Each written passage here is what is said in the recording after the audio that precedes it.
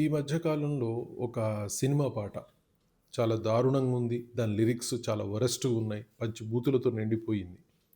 ఆ సినిమా 'కేడి' అని ఒక పాన్ ఇండియా సినిమా నిర్మిస్తా ఉన్నారు.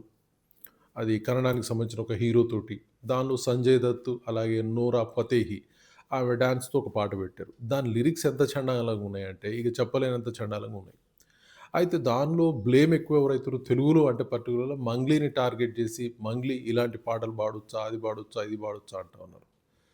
సో, అలాగే వచ్చేసినప్పుడు అసలు మంగ్లీ తప్ప, లేదంటే డైరెక్టర్, ప్రొడ్యూసర్ తప్ప, లిరిక్ రైటర్ తప్ప అంటే మొదట చెప్పాల్సింది డైరెక్టర్ తప్పు. డైరెక్టర్ ఇలాంటి పాటలు ఎంకరేజ్ చేస్తున్నాడంటే వాడు పరమ పనికిరాని సన్నాసి. సో, వాడిని విమర్శించడం మానేసి, ఏదో డబ్బుల కోసం 4 డబ్బులొస్తాయి గదా! అని చెప్పేసి సింగర్‌లు పాడుకుంటే వాళ్ళని టార్గెట్ చేసేసి వీళ్ళు విమర్శిస్తా ఉన్నారు.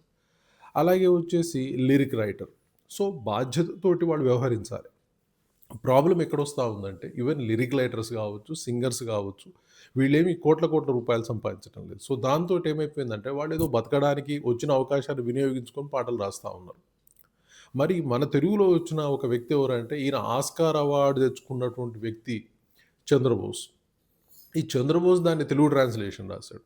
మరి ఈయనకుండాలి గదా! హిందీ వాళ్ళకంటే సరే వాళ్ళకి లేదు. కానీ తెలుగులో రాసేప్పుడు అరే! మన దగ్గరున్న కల్చర్, మన సిస్టమ్, మన పద్ధతులివి. ఇలా రాయగూడదు. మనం బ్లేమ్ జేస్తారు అని జెప్పేసి ఆయనకుండాలి గదా! మరి ఆయనకు బాధ్యత రాహిత్యంగా ప్రవర్తించిండని జెప్పాలి. ఎందుకంటే వాళ్ళ సాహిత్య జ్ఞానం చాలా బావుంటది ఆయనది 'చంద్రబోస్‌ది.'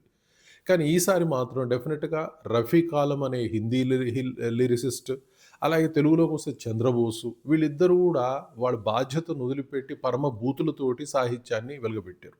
ఇక్కడ పాటే లేకపోతే వీళ్ళు పాడరు. దర్శకుడు యాక్సెప్ట్ చేయకపోతే వాళ్ళు లిరిసిస్ట్ ఒప్పుకోడు. సో, డెఫినిట్‌గా దర్శకులే ముఖ్య పాత్ర వహిస్తారు. సో, కాబట్టి మరి విమర్శించేప్పుడు గూడా అన్యాయంగా కొంతమందిని విమర్శించకూడదు. వాళ్ళకంత జ్ఞానం ఉండొచ్చు, లేకపోవచ్చు. వాళ్ళ అవసరాలను బట్టి వాళ్ళు ప్రవర్తిస్తా ఉంటారు. మరి విమర్శించే వాళ్ళు వాళ్ళ అవసరాలకు తగ్గట్టు వాళ్ళు విమర్శిస్తున్నారా? వాళ్ళు ఏ విధంగా విమర్శిస్తున్నారనేది పునర్విమర్శ చేసుకోవాల్సిన అవసరం ఉంది. Let us wait and see. సమాజంలో ఇది కామన్‌గా జరుగుతా ఉంది. ఎవరిని ఏమనే పరిస్థితులు లేవు. Thank you very much.